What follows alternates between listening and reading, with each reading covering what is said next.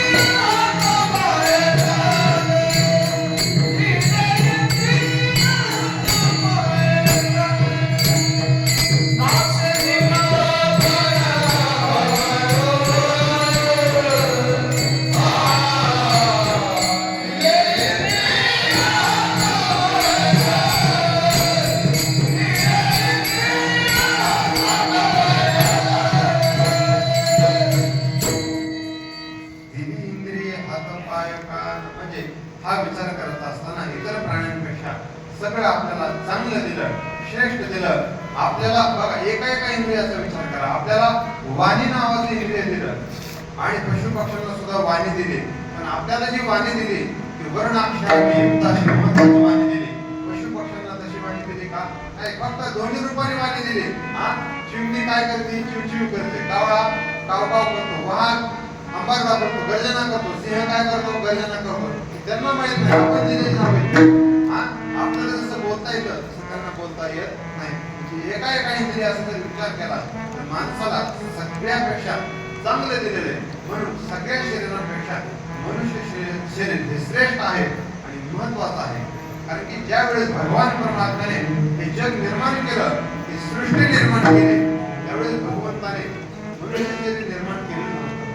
जगतातले सगळे प्राणी निर्माण केले. सृष्टवा पुराणे विविधान्य जयात्मशक्त्या वृक्षान् सरीसृप पशून् गददंसि मत्स्यान् तैस्तैः पुष्टपुरुषं विदाय ब्रह्मावलोकदिशनं मुदमापदेवः. भगवंत म्हणाले सगळ्यांना मी निर्माण केले, जलचर प्राणी निर्माण केले, सगळे प्राणी निर्माण केले. भगवंत म्हणाले याच्यात मला एकही ओळखणार नाही. जसा एखाद्या बाबाने एखाद्या मुलाला जन्म द्यावा आणि म्हातारपणे त्यांनी जर अनाथ आश्रमाचा रस्ता दाखवला, नाही सांभाळलं तर कुठल्या बापाला समाधान वाटेल महाराज? कुठल्याही बापाला समाधान वाटत नाही. असं भगवान परमात्मा म्हणाले सगळ्यांना मी निर्माण केले, ह्याच्यात एकही प्राणी मला ओळखणारा नाही. भगवंताला समाधान वाटलं नाही, म्हणून भगवंताने पुन्हा मनुष्य शरीराची निर्मिती केली आणि या मनुष्य शरीरामध्ये भगवंताला ओळखण्याचं सामर्थ्य होतं, म्हणून भगवंताला समाधान वाटतं. एवढं मनुष्य शरीर महत्वाचं आणि श्रेष्ठ आहे.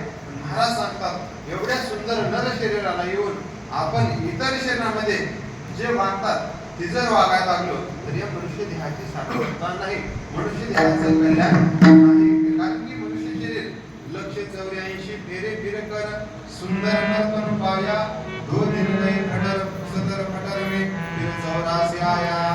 इतर शरीरामध्ये जशी विषय जातात तशी विषय जर आपण या शरीरामध्ये भोगायला लागलो तर या शरीराची सार्थकता नाही. मांसाहार करणं हा प्राण्यांचा विषय, की जर आपण मनुष्य शरीरामध्ये करायला लागलो तर मनुष्य देहाची सार्थकता नाही. म्हणून महाराज सांगतात हे शरीर अतिशय महत्वाचं आहे. दुसरा मुद्दा होता की हे शरीर दुर्लभ आहे. किती दुर्लभ आहे तर शरीराचा विचार करत असताना ज्ञानोबरायाने 3 प्रकारच्या शरीरांचा विचार संतांनी आपल्याला शास्त्रामध्ये सांगितलेला आहे. 3 शरीर कोणते? एक स्वर्गातील देवांचं शरीर आहे, दुसरं मनुष्य शरीर आहे आणि तिसरं पशु पक्ष्यांचं शरीर. स्वर्गातील देवांचा जन्म कधी प्राप्त होतो? मनुष्य देह कधी प्राप्त होतो आणि पशु पक्ष्यांचा जन्म कधी प्राप्त होतो? तर ज्यावेळेस पुण्य भरपूर होत असतं, ज्यावेळेस पुण्य भरपूर होतं आणि पाप कमी होतो, त्यावेळेस स्वर्गाधिक देवांचा जन्म प्राप्त होतो. ज्यावेळेस पाप जास्त होतं आणि पुण्य कमी होतं, त्यावेळेस पशु पक्ष्यांचा जन्म प्राप्त होतो. आणि ज्यावेळेस पाप आणि पुण्य समान होतं, त्यावेळेस मनुष्य देह प्राप्त होत असतो. ज्ञानोबा वर्णन करतात की मनोने समभागे शोभाशुभे मिळवणी अनुष्ठानाचे होते, जेणे मनुष्यत्वाला भेदते मिश्र फळ. म्हणून पाप पुण्याची समानता व्हावी, त्यावेळेस मनुष्य शरीराची प्राप्ती होते. तुकोबाराय तर मनुष्य शरीराच्या संबंधाने एक न्याय सांगतात. पावलो हा देह कागटाळी न्याये न घडे उपाये हा कागटाळी न्यायाने आम्ही या देहाला प्राप्त झालो. कागटाळी न्याय म्हणजे काय? काग म्हणजे कावळा, टाळी म्हणजे टाळी, हातावर हात आपण त्याला काय म्हणतात? टाळी म्हणतात. तुकाराम महाराज म्हणतात की एक आंधळा मनुष्य होता आणि असा बसला आणि बसल्या बसल्या हात वरी केले आणि त्या आंधळ्या माणसाने टाळी वाजवली आणि त्याच्या हातामध्ये कावळा सापडला. किती दुर्लभ आहे मला सांगा. आपण सगळी डोळस माणसं किती प्रयत्न केला म्हणजे आपल्या हातात कावळा सापडेल? शक्य आहे का? अतिशय दुर्लभ आहे, शक्यच नाही. पण तुकोबाराने सांगितलं की आंधळा मनुष्य सहज अंगणामध्ये बसलाय, बसल्या बसल्या हात वरी केले आणि टाळी वाजवली आणि कावळा सापडला. हे जेवढं दुर्लभ आहे तेवढं पाप पुण्य समान होऊन मनुष्य शरीर प्राप्त होणं दुर्लभ आहे. विठ्ठला विठ्ठला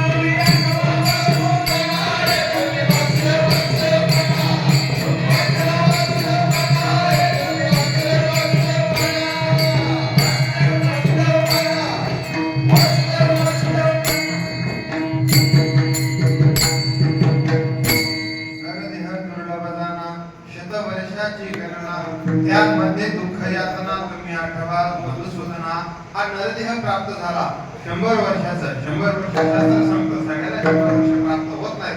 जरी प्राप्त झाले तर त्यातले 50 वर्षे झोपण्यात जातात. त्याच्यामध्ये आपल्याला किती अवकाश आहे? म्हणून महाराज सांगतात की हे शरीर दुर्लभ आहे. बरं हे शरीर क्षणभंगुर आहे. हा तिसरा मुद्दा होता की शरीर क्षणभंगुर आहे. या शरीरावर आपली सत्ता नाही. माणसं प्रपंचामध्ये म्हणतात हे माझं ते माझं. अहो हे माझं ते माझं म्हणण्यापेक्षा स्वतःचं शरीर तरी आपलं आहे का? देह हे काळाचे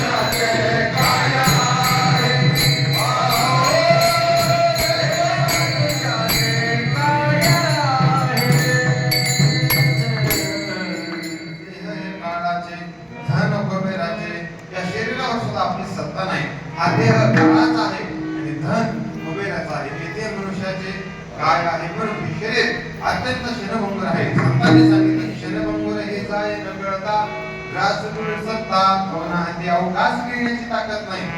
एवढं क्षणभंगुर आहे. ज्ञानोबा वर्णन करतात ज्ञानेश्वरीमध्ये, हे काळा नळाचे तोंडी घातली लोण्याची गुंडी माशी पाक पाकडे तव हे शरीर. माशीला पंख पडपडायला जेवढा वेळ लागतो त्याच्या हात हे शरीर पडतं. एवढं शरीर क्षणभंगुर आहे. म्हणून शरीर अतिशय क्षणभंगुर आहे. महाराज सांगतात की शरीर महत्वाचं आहे. शरीर दुर्लभ आहे, हे शरीर क्षणभंगुर आहे. हे शरीर भगवत प्राप्तीचं महत्वाचं साधन आहे, ते आम्हाला प्राप्त झालंय. आणि साधन रूपी भाग्य आले ते मनुष्य देहा. तो हा पहा महाराज वर्णन करतात की मनुष्य देहाला आलेले खऱ्या अर्थाने भाग्यवान आहेत. का तर याच देहामध्ये भगवंताला पाहता येतं, नवे नवे भगवंताची प्राप्ती करता येते.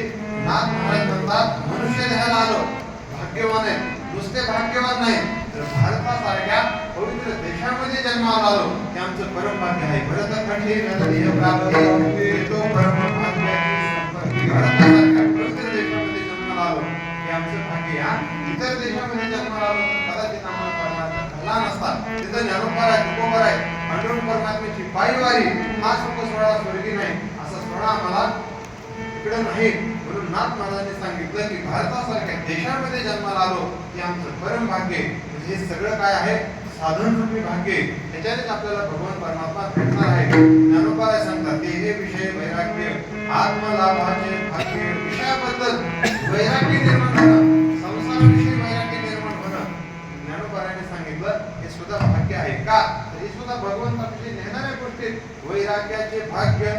संत संग आठीला वैराग्य प्राप्त होणं म्हणजे भगवंताच्या जवळ जाणं. म्हणून त्याच्या गोष्टी आम्हाला प्राप्त झाल्या. हे सगळं काय आहे आमचं साधन रूपी भाग्य आहे. असं करता करता संतांची भेट झाली. उदयले भाग्याचा अवघी जीवनावरी संत दर्शना भाग्याचा उदय तेही जोडी संत बाळ. म्हणजे हे सगळं प्राप्त झालं. काय आहे साधन रूपी भाग्य आहे ना, ते भगवंताच्या जवळ जाण्याचे साधन आहे. ते आम्हाला मिळाले हे आमचं साधन रूपी भाग्य आहे. आणि असं करता करता करता आम्हाला एक दिवस भगवंताचा साक्षात्कार झाला की आमचं साधन रूपी भाग्य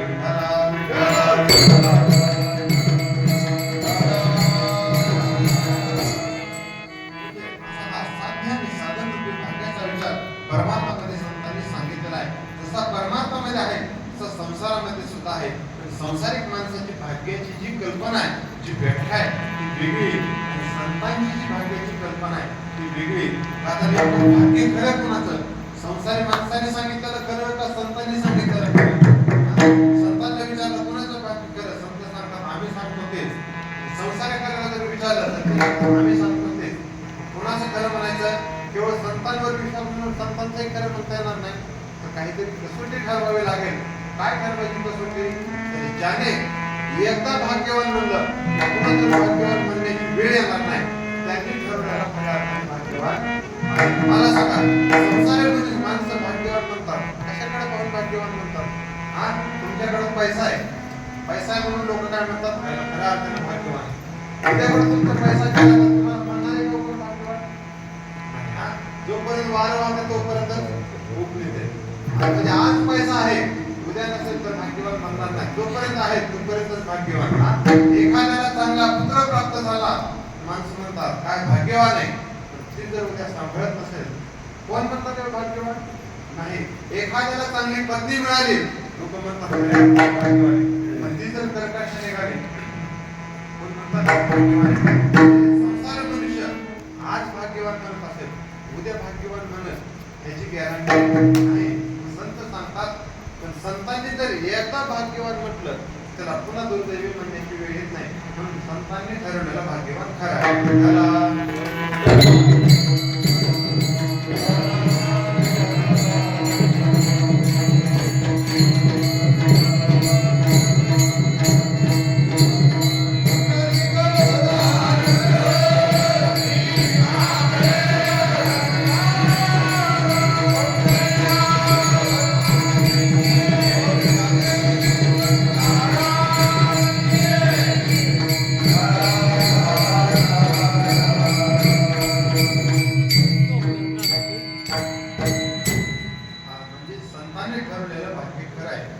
संतांनी जर एखाद्याला एकदा भाग्यवान म्हणलं पुन्हा त्याच्या जीवनामध्ये दुर्भाग्य येत नाही. त्याच्यामध्ये दुर्भाग्य म्हणण्याची वेळ येत नाही. म्हणून खरा आणि खोटा असा दोन भाग्याचा विचार आपल्या समोर आला. त्याच्यावर जगामध्ये पुन्हा चार प्रकारचे लोक आपल्याला दिसतात. बघा काही लोक असे असतात की केवळ संसारिक असतात, संसारिक भाग्यवान असतात. परमात्माचं भाग्य त्यांच्या टेबल सुद्धा नसतं. काही वर्ग असा आहे की त्यांना फक्त परमात्माचं भाग्य संसाराचं नाही.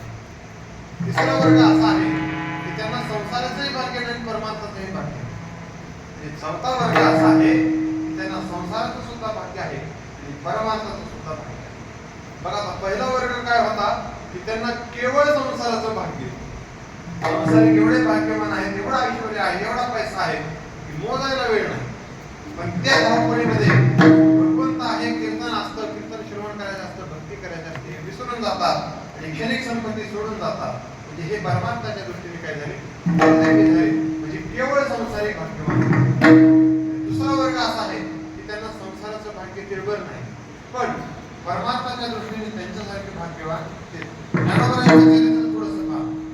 ज्ञानोबरायांचा जर विचार केला तर साक्षात भगवंताने म्हटलं की ज्ञान देव आत्मा माझा. साक्षात भगवंताने ज्ञानोबरायांना आत्मा म्हणावं, सगळ्या संतांनी माऊली म्हणावं, हे त्यांचं काय परमार्थिक भाग्य. पण ज्ञानोबरायांकडे संसाराच्या दृष्टीने बघितलं काही सुद्धा भाग्य नव्हतं. ज्ञानोबरायांच्या घरी मातीची भांडी, भोपळ्याची भांडी होती धान्य साठवण्यासाठी. राहायला मातीचं घर. मला सांगा काय संसारात कोण भाग्यवान म्हणणारे? ज्यांचं घर मातीचं आहे, ज्यांच्या घरी माती आणि भोपळ्याची भांडी, काय संसारिक म्हणण्यासारखं भाग्य. आज त्यांच्या नावावर कितीतरी लोक ऐश्वर्य संपन्न आहेत. आपण त्यांच्याकडे जर बघितलं तर संसारिक भाग्य काही नव्हतं. मुक्ताबाई म्हणतात, ताता आणि मात गेली से निघून, तेव्हा मी लहान पांडुरंगा. भगवंता आमच्या आई वडील आम्हाला सोडून गेले, एवढ्या लहान वयात पोरकेपणी संसाराच्या दृष्टीने भाग्य आहे का? नाही. खायला अन्न काय होतं? पोरांना अन्न खायला होतं त्यांना. निवृत्ती ज्ञानेश्वर पोरांनाचे अन्न संभाळी सोपान मज लागे. निवृत्तीनाथ महाराज ज्ञानोबा आहे, पोरांनाची भिक्षा मागायची आणि त्याच्यावर जेवण करायचं. मला सांगा संसारिक भाग्य आहे का? नाही. परमार्थाच्या दृष्टीने जर विचार केला तर भगवंताने आत्मा म्हटलं, साक्षात सगळ्या संतांनी माऊली म्हटलं, हे त्यांचं परमार्थिक भाग्य होतं. नामदेवरायांचा विचार करा, तुकोबरायांचा विचार करा, तीच अवस्था. नामदेवरायांकडे काय होतं संसारातलं? काहीच नाही. पण त्याच नामदेवरायांच्या हाताने भगवंताने जेवण करावं, हे परमार्थिक भाग्य होतं. तुकोबरायांचं काय होतं? आणि संतांना संसारिक गोष्टी असल्या काय नसल्या काय काही फरक पडत नाही. कारण अंतःकरणामध्ये कुठल्याही प्रकारची वासना राहिलेली नसते. आणि ज्यावेळेस वासना संपूर्ण नष्ट होते त्यावेळेस फक्त विषय भगवंत झालेला असतो. त्याच्यामुळे प्रपंचातलं ऐश्वर्य असलं काय आणि नसलं काय त्यांना काही घेणं देणं नसतं. फरक पडतो ते तुम्हाला. आपल्याला गरिबी असेल तर वाईट वाटतं. संतांना काय गरिबी श्रीमंती सारखी, पण आपल्या संसारिक माणसाला श्रीमंती असं वाटते, गरिबी नको वाटते. संतांना तसं काय वाटत नाही. का? तर संपूर्ण वासना त्यांची नष्ट झालेली असते. तुकोबरायांच्या घरी परमात्मा पाहुणे आले आणि त्यावेळेस भगवंताला काय आसन दिलं होतं? मूळकी वाकडी तिकडी बाज हाताची होती, टाकली होती आणि त्याच्यावर वाकड टाकली होती. ती पण फाटलेली होती. आणि भगवंताला जेवायला घेतलं. दरदरी पाण्या माझी राधी कन्या पाण्यामध्ये रांधल्या आणि भगवंताला ते वाट्या आणि भगवंताने ते वरपू खाल्ल्या. मला सांगा काय संसारिक भाग्य आहे? तुकोबराय म्हणतात, मुखशुद्धीसाठी तुळशी दळ मुखशुद्धीसाठी तुकोबराने तुळशी दळ भगवंताला दिलं. का? तर मी संसाराच्या दृष्टीने दुर्बल आहे. भगवंताने त्यांच्या घरी यावं आणि त्यांच्या हातचं खावं, हे किती मोठं परमार्थिक भाग्य आहे. म्हणून संतांचा जर विचार केला तर परमार्थिक भाग्य आहे, संसारिक भाग्य नाही. काही वर्ग असा आहे की त्यांना संसारही नाही आणि परमार्थात संसारात पण व्यवस्थित नसतात, परमार्थात पण व्यवस्थित नसतात. आणि तिसरा वर्ग असा आहे की त्यांना संसाराचंही भाग्य आहे आणि परमार्थाचंही भाग्य आहे. नाथ महाराजांचे सर्वांना माहिती आहे की नाथ महाराजांच्या घरी नाथ महाराज हे ऐश्वर्य संपन्न संत होते, काहीच कमी नव्हतं, म्हणजे संसारिक भाग्यवान होते. पण त्याच नाथ महाराजांच्या घरी भगवंताने श्रीखंडाच्या रूपाने 36 वर्षे पाणी भरण्याचं काम केलं. हे नाथ महाराजांचं काय आहे? परमार्थिक भाग्य आहे.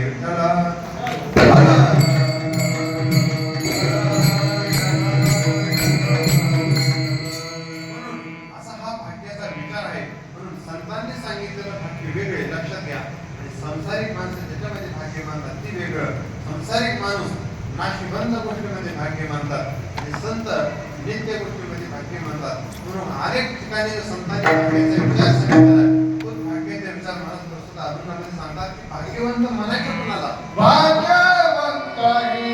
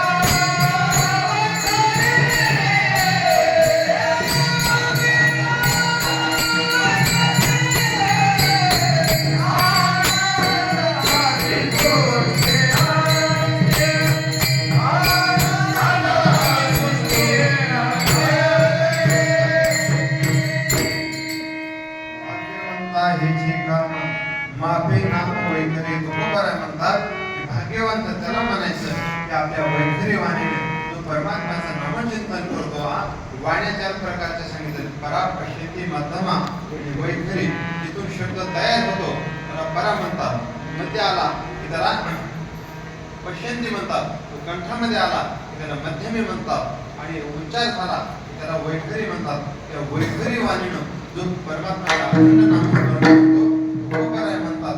खऱ्या अर्थाने तो भाग्यवान आहे. भाग्यवंता हिची काम नवे नवे त्याचं कामच ते आहे काय परमात्म्याचं अहोरात्र नामस्मरण करणं आपल्या वैखरी वाणीने. म्हणून तुकोबराय म्हणतात खऱ्या अर्थानं तो भाग्यवंत आहे.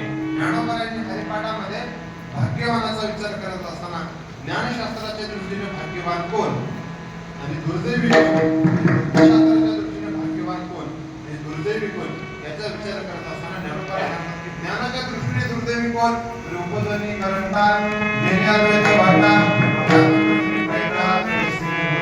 मनुष्य झाला आला आणि मी आणि परमात्मा एक आहे याचं ज्ञान करून घेतलं नाही. माझ्यात आणि देवात भेद आहे हा आपली अद्वैताची वाट त्यांनी जाणून घेतली नाही. ज्ञानोबराय म्हणतात तो करंट आहे, तो दुर्भाग्यवान आहे.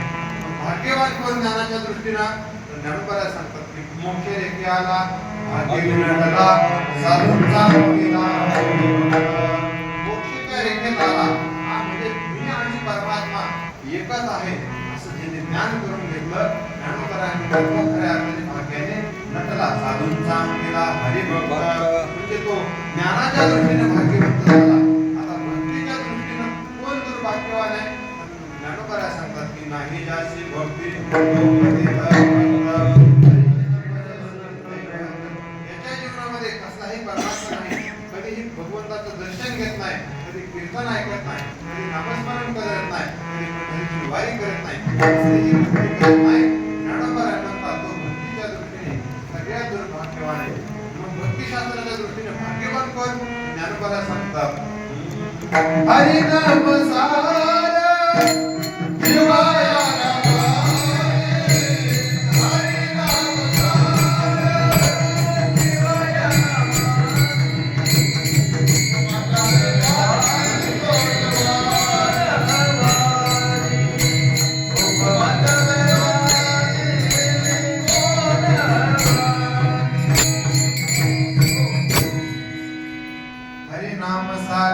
जिव्हाया नामाची उपमाता देवाची कोरवारी. ज्ञानोबराय सांगतात की ज्याने आपली जिव्हा भगवंताचं सारभूत असणारं नामस्मरण त्या नामस्मरणाला अर्पण केले, जो आपल्या वाणीने अखंड नामस्मरण करतो तो इतका भाग्यवान आहे, इतका भाग्यवान आहे की त्याच्या भाग्याला उपमा सुद्धा देता येत नाही. एवढा भाग्यवान आहे. भक्ती शास्त्राच्या दृष्टीने भाग्यवान झाला. म्हणून परमार्थ करणारा संतांच्या दृष्टीने भाग्यवान आहे. कारण ते कपाळ याचे नामने वाचे सदैव सौभाग्य हरिरंगी नाथी. त्याच्या मुखामध्ये कधीही भगवंताचं नाम नाही. संतांनी सांगितलं की तो काढ्या कपाळाचा आहे, पण जो सतत भगवंताच्या नामस्मरणामध्ये त्याच्या कीर्तनामध्ये तल्लीन होऊन नाचतो तो खऱ्या अर्थाने आमच्या दृष्टीने भाग्यवान आहे. म्हणून असा संतांनी जो भाग्याचा विचार सांगितला तो आजच्या प्रस्तुत अभंगामध्ये तुकोबराय सुद्धा सांगतात की भाग्यवंता हेची काम मागे नाम वैखरी. भाग्यवान पुरुषाला एकच काम असतं की आपल्या वैखरी वाणीने भगवंताचं नामस्मरण करणं.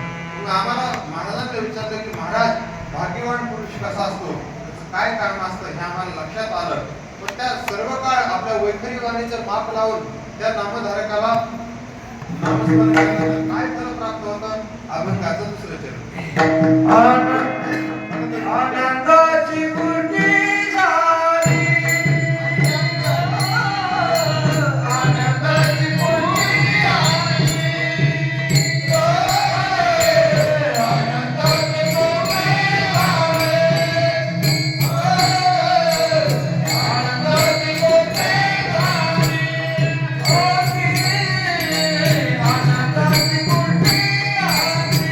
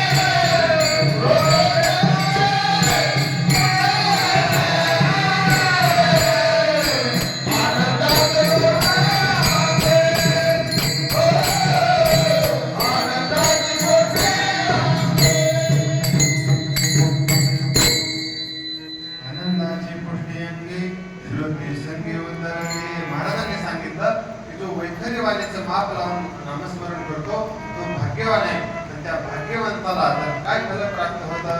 आनंदाची पुण्यागी श्रोते संगी उद्धरती, की त्याच्या जीवनामध्ये आनंदाची पुष्टता प्राप्त होते.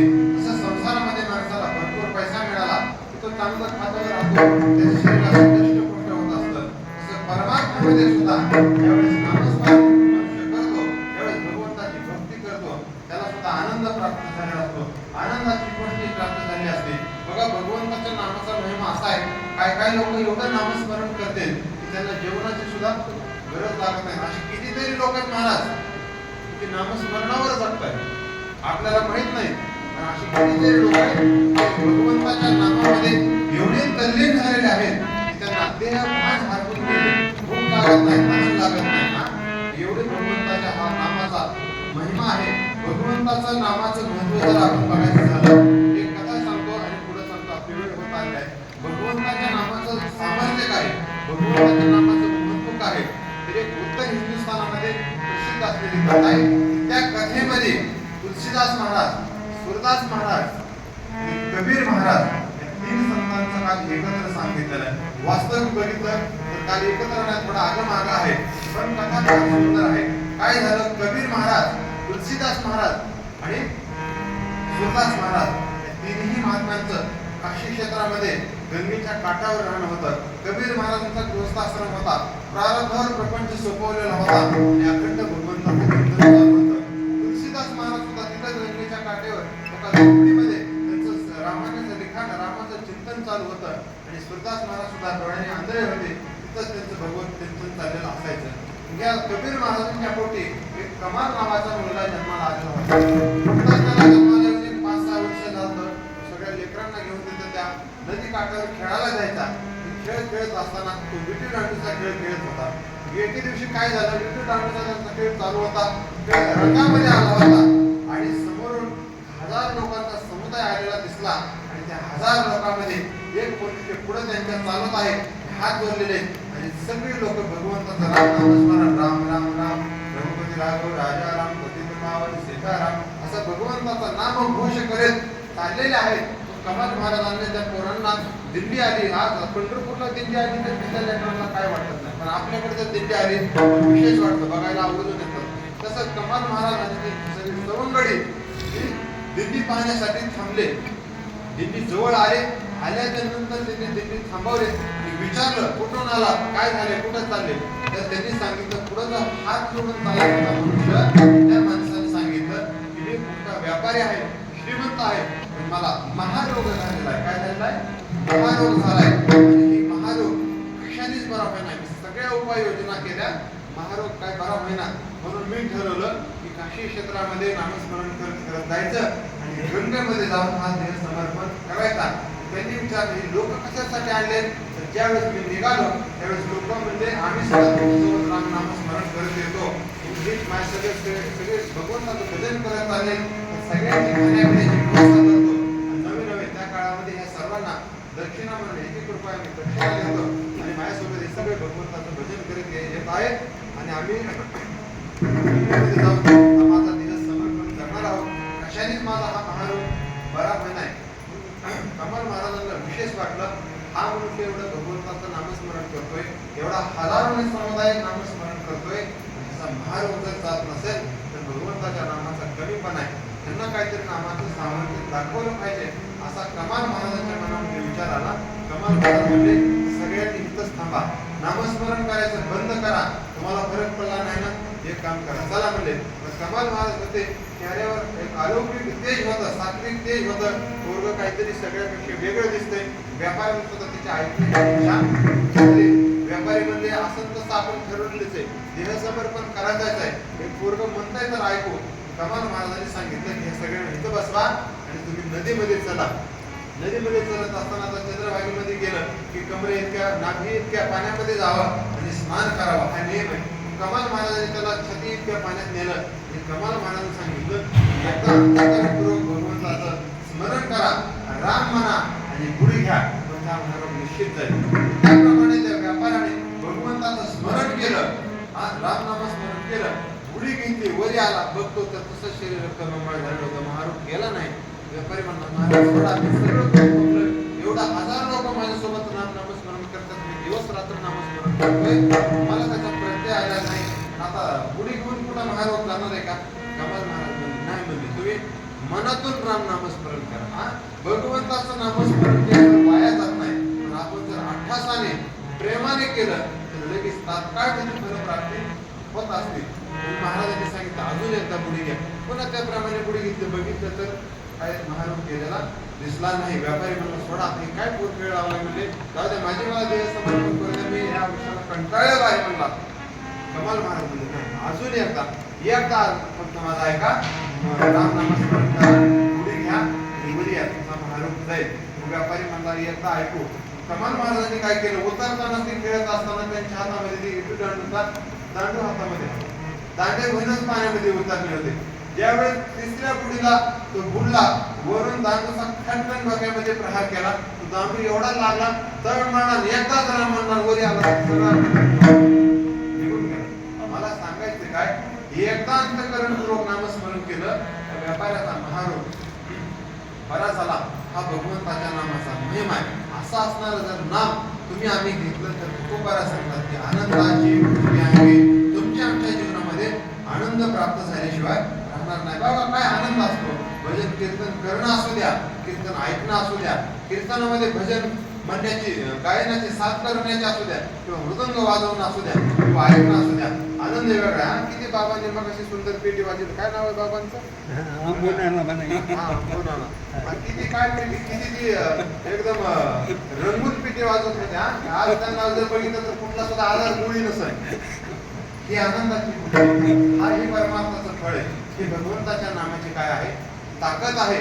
म्हणून महाराज म्हणतात त्या जर भगवंताचं नामस्मरण केलं तर तुमच्या आमच्या जीवनामध्ये सुद्धा आनंदाची गोष्टी प्राप्त झाल्याशिवाय राहणार नाही. कारण की प्रत्येक जीवाला आनंद आहे, प्रत्येक जीवाला सुख पाहिजे. काय पाहिजे? सुख पाहिजे, आनंद पाहिजे.